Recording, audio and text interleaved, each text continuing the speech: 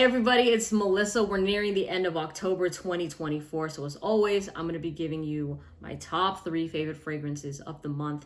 And I know that this series is typically top 5, but I only did use 3 fragrances this month. So I got to keep it real with y'all. Okay, so as always, all thoughts and opinions are my own. Discount codes, discount links for these fragrances pinned in the comment section, also going to be in the description box in case you want to compare prices, in case you want to take advantage of discounts. But know that those are affiliate codes and affiliate links for the most part. So you got to buy where you feel the most comfortable. Okay, in third place, Layton by Parfums de Marly. Okay, Layton is a fragrance that hasn't really been in my rotation over the past few months or so. But I was really craving to wear a sweet, simple fragrance in October because, you know, I gotta tell y'all, it's been very flip-floppy. It's been hot weather for 2 days. One day it's gloomy, cloudy, like cold breeze, right? So it's just been so hot and cold here. And I was craving to wear Layton earlier in the month because it was a little bit more of a chilly vibe for sure. So I wore it at nighttime, and I will only ever wear this fragrance when it's cold outside, because even wearing this when the sun is setting, I just wouldn't. It'd be too much. So I did 2 sprays of it at nighttime, and they were in the same spot, like on the back of my neck, right? And I immediately regretted it within the first 5 minutes because I went, this thing is a little bit overpowering right now. It's a little bit too much, right? But then after those 5 minutes, as it started to dry down, I'm like, that's why I love this fragrance. It was addictive. It was sexy. It smelled like sweet apple vanilla, truly, on my skin again. And it does last over 12 hours with those 2 sprays that I did apply. So I just need to really let y'all know that when you're interested in something, you got to try it for yourself on your own skin, because I already know with people just seeing this bottle of Layton, they're going to be quick to go, oh, that smells like Vicks Vapor Rub. And I know that people who are interested, whenever you see comments and even watch videos like these, you know, it's quick to kind of sway your opinion on trying something. But there's never anything wrong with trying something for free, especially a fragrance like this at Nordstrom, at Neiman Marcus, if you have the ability to do so. They have tester bottles there, because there are people that will straight up say, oh yeah, Layton smells like Vicks Vapor Rub. It also smells moldy, but they wear it as their gym fragrance, right? So you don't know how their skin chemistry affects the way the fragrance smells. You don't know these people's lifestyle. You don't know that there's a lot of factors that come into play with how good or how bad a fragrance can smell on somebody. And if you're only just looking at the surface of somebody's comment or somebody's video, then it's just not enough to go off of to make your own decision and, you know, to have to form your own opinion of it without trying it yet. You know, so please always try things for yourself. I love Layton, and I recommend it for people that have a good social life. You know, if you're outside with people, interacting with people face to face, this is going to be a very well-loved, well-received fragrance. But if you're somebody that is looking to impress random people on Reddit, I would say pass on Layton, just because this is going to be the scent that it's probably going to get a lot of hate online. And I've seen it, you know what I mean? And I think that we've all noticed that pattern already, where when a niche fragrance especially starts to gain traction in the real world and it starts to become a little bit more popular with the general public, the fragrance community is so quick to call it overrated and everybody owns it. And just honestly, a very exaggerated, very exaggerated comments about this. But the thing is, people in the real world don't even wear fragrances like that, guys. Like, they really don't. And if they do, they're not wearing niche fragrances. So you have like such a small group of people with loud voices making it seem like, oh yeah, everybody wears Layton. I have never smelled Layton on somebody in the real world. Ever. Okay? But again, if you want something with more complexity and Layton's not doing it for you, then just go with like Layton exclusive. But if you're looking for the fragrance that's going to be sexy when you wear it and you know you're going to get great reactions and you know you yourself are going to love it, then go for the OG. All right, number 2 is Afternoon Swim by Louis Vuitton. And dude, this fragrance is so good. Now, the catalyst for me wearing Afternoon Swim was actually a field day that I was a part of this month. Y'all know field days where you're outside with a group of people playing sports in an open field. And I was debating what fragrance to wear, because at first I was like, I don't know if I even want to wear a fragrance. And I was thinking maybe Oceania by Raja, thinking about it. But then last time I wore that fragrance, it kind of had a powdery dry down when it was hot, just a twinge, and I didn't like that. So I passed on that. I was gonna wear Salt and Pepper, but it was too sexy for the occasion. And I know that there's nothing wrong with smelling sexy 24/7, like I've told y'all, but it just wasn't the vibe I was going for. So I was scanning my collection and my eyes came across Afternoon Swim. And I went, oh, you know what? I gotta run that one back. And I'm very happy that I did, because after that, it's been my fresh out the shower fragrance as well, a good amount of times. And it's just an easygoing, lovable, citrusy orange fragrance. I do find this to be a sex in a bottle type of scent.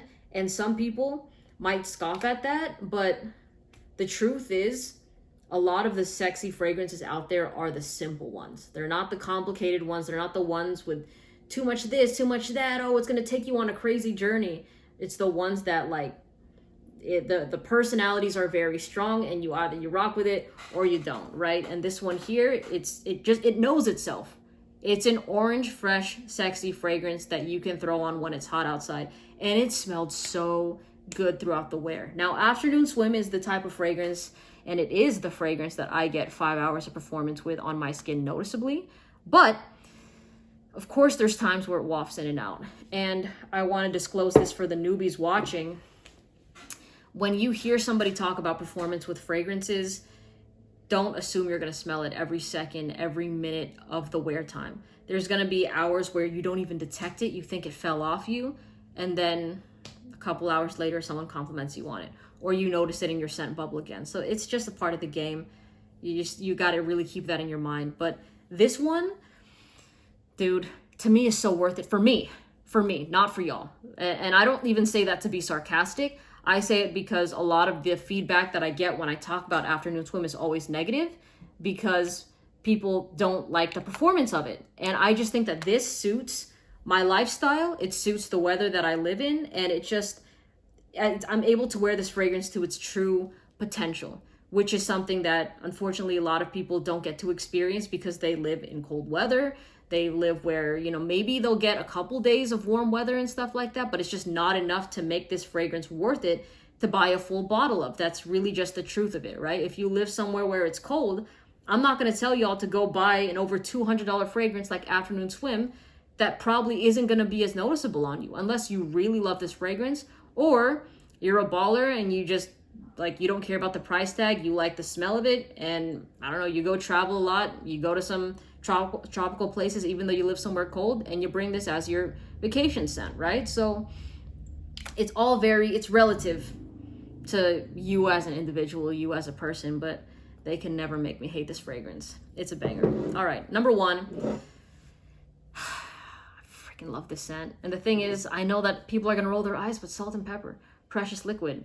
I'm sure y'all are tired of me talking about this and seeing this on my list, but to me, I view it in a way of consistency, right? If there is a fragrance, I view this from the perspective of if I was a viewer watching and someone had a top 5 series going on, if that top 5 was constantly changing every month, every 2 months, and in that video, the creator's oh yeah, this is my favorite, this is the best, the sexiest, and there's no dent, and it's always alternating, I'd be like, is it really the best if it hasn't even been in there for a long time? And I think this has been in my rotation.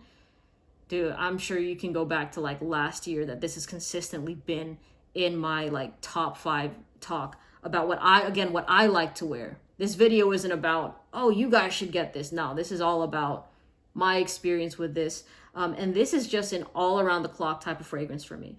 It could be the type of scent that if last minute we're going to go clubbing or we're going somewhere and it's 2 a.m, I'll throw on Salt and Pepper. This is the type of fragrance that if I'm going to be running errands, it's 11 a.m, I'll throw on Salt and Pepper. If I'm going to go to lunch with somebody, if I'm going to dinner with somebody, Salt and Pepper. It's just easy for me to wear no matter what. And I'm a big fan of having versatile fragrances in your collection. A lot of people like to call this your dumb reach type of fragrances.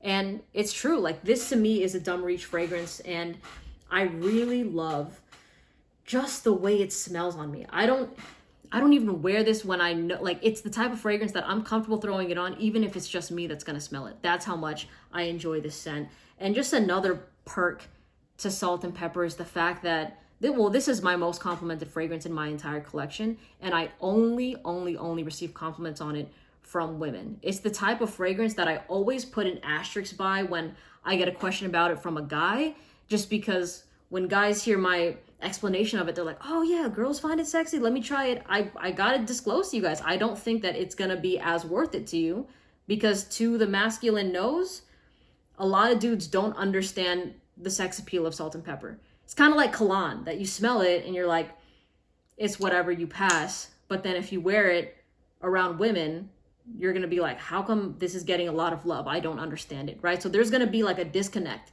And like I said, you guys should buy samples of it first. Like, don't just go blind buy a bottle of it after watching the video. If you can find a way to try it for free, go do that. But to me, the ladies love it. I'm a lady, I get it. You know what I'm saying? So this is going to be a forever bottle in my collection. And it's just an effortlessly sexy fragrance that literally nobody else wears. And when I say nobody else wears, again, I'm talking about real world interactions here. Never came across somebody wearing Salt and Pepper, because I would know. Even I know that skin chemistry is a big thing with stuff like that, but never have I ever smelled this fragrance in person. Anyways, y'all, you let me know what your top 5, top 3, top 2 favorite fragrances of the month of October were. And again, discount codes, discount links for these bottles, and just for any fragrance you're interested in is going to be pinned in the comment section below. So I hope y'all have a great day, and I'll see you in the next video. Take care. Bye.